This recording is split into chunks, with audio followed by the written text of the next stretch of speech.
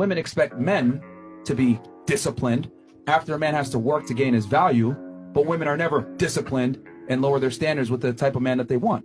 Why is that women can ask the world of a man, but a man can't ask a girl, hey, I want to have multiple partners. I've worked myself to have a certain point.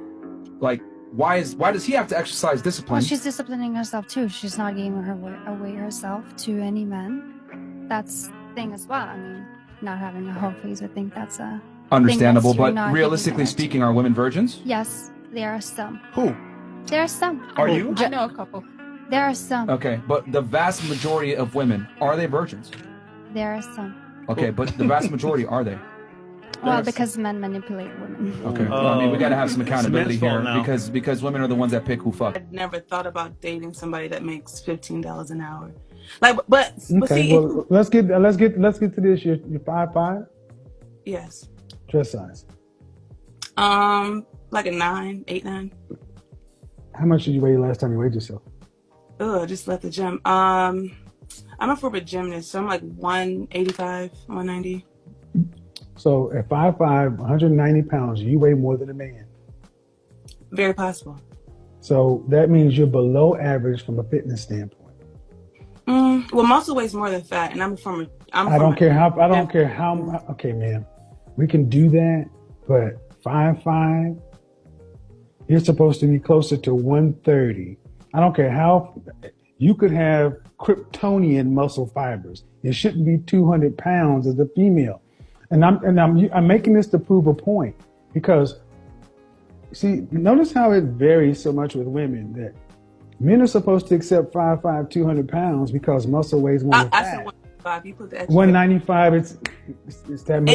85. 185. I'm sorry. Still, but men are supposed to accept 185 like it's no big deal. But if we actually extrapolate that down to money, you should be able to accept 40,000, just like a man should accept 185. That's the way our minds work.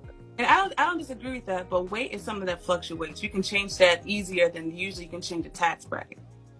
So, Well, and I'm not saying that I guess the point I was ultimately getting to is, and you're right, you can change weight, and I say that often. That's why I tell women the one thing you can impact more than anything else is your weight. So there's no excuse for a woman to weigh more than a man at her height. Simply is not. That's not how the Creator made you. Females of the species in mammals don't weigh more than males, except in hyenas, and they're ass backwards. They also have the female hyena also has a penis, penis-looking organ that she gives birth through. Yeah, look it up.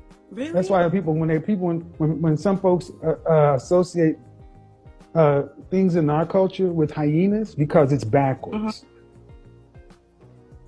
It's backwards. Go look at the hyena and look at how backwards a matriarchy is, and how the men die sooner. Check it out. Go look and see how they give birth. But I'm talking about to the audience. But let's get on to the next phase. You're 32 years old. If you had to just rank yourself, scale of 0 to 10, you can't use 7, just your natural. Six-pack and a chiseled jawline are the first things these women look for. Now, men are chastised for wanting a woman with a flat stomach and, let's say, athletic body. How is that right? Next, women want a man with money and stature. Double standards much? Women want something more than a man could ever want. A woman who is true and has his back, who will take care of his children. Yet we have to offer so much more. And you guys gripe about gender neutrality. I'm prepared to take the dislikes and chewing out I'm sure to get for posting this video, but it's the truth. Women want a man that's 6 foot with a 6-pack, making 6 figures, but ain't even got $6,000 in the bank. Probably got 6 kids. Most women live in a blue-pilled world till they hit 30. They think less about the consequences when they are young, because they have been told from an early age that they are more mature than men and that they are more intelligent than men. They never had the reality check needed to knock them back to their senses. I don't take women's words seriously. I don't have time to sit on podcasts like Fresh and Fit and give them a reality check in terms of gender pay gaps, relationships, marriages and attraction. They think ugly women with great personalities will attract men, while they don't understand that men have a different brain than women. Men's brains work differently than women's. A woman thinks more with her emotions, while guys are more logical. And that logic forces men to forget about personality and maturity and choose a good-looking woman. Men don't need over-mature, overconfident women with super great personalities. Men never needed these qualities in women for survival. They just needed a fertile and nurturing companion from the Stone Ages. That's why we still care about looks more than their maturity or personality. You can rate each other 10 out of 10 for personality. That's fine, but looks are the first criterion for me. Being funny is good, but over-maturity or confidence comes last. And when a man is rating you, he is being frank. Men have no problem accepting they are a 5 or a 6. Women are depressed if they get rated 7 even while having makeup on. Why is it okay for women to have unrealistic expectations for men and expect to not be told to lower them, but men have to accept what they can get? Well, because for some reason, men do settle. If both genders had the same unrealistic expectations, mankind would probably be gone already. Society applauds women for having unrealistic expectations, not just towards men, but also having babies at 40 plus and such. Or for having backups, or being liars. A study said 96% of women lie, even though they might not always be aware. Of course, men lie and have unrealistic expectations too, but they usually have to face reality, or repercussions. In a society where women who commit adultery still get a reward, and the injured party gets punished, is it any surprise that one gender that has the most power is abusing this power? Far too many women seem to believe it's the man's job to make initial dates lively, interesting, entertaining, and memorable.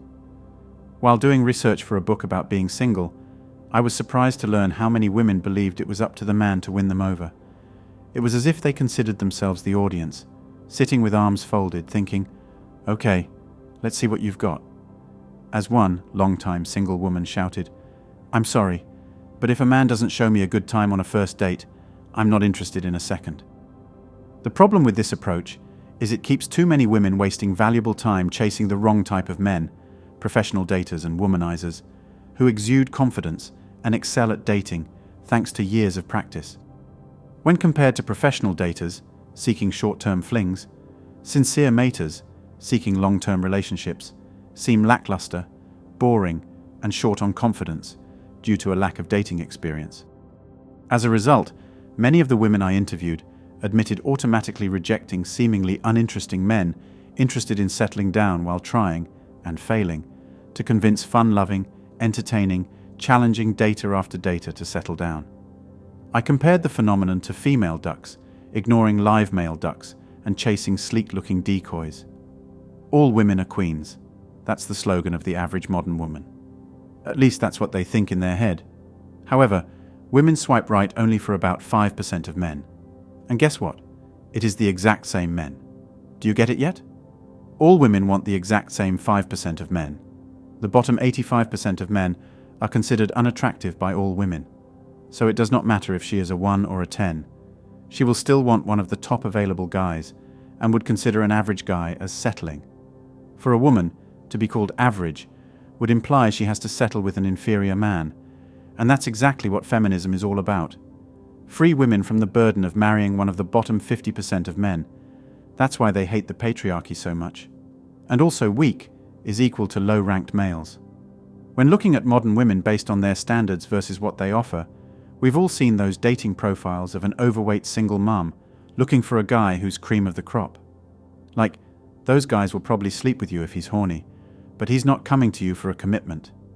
I think it stems from male thirst being front and center on social media, and some women seem to equate sexual attention with long-term desirability. Do whatever you want with this information. Anyway, that's all for today on Manhood. Don't forget to smash the like and subscribe buttons, and also click on the notification bell to be the first to know when I drop a new video. If you find value in my videos, you can show your support through PayPal or Cash App. The links are in the description. See you next time. Cheers.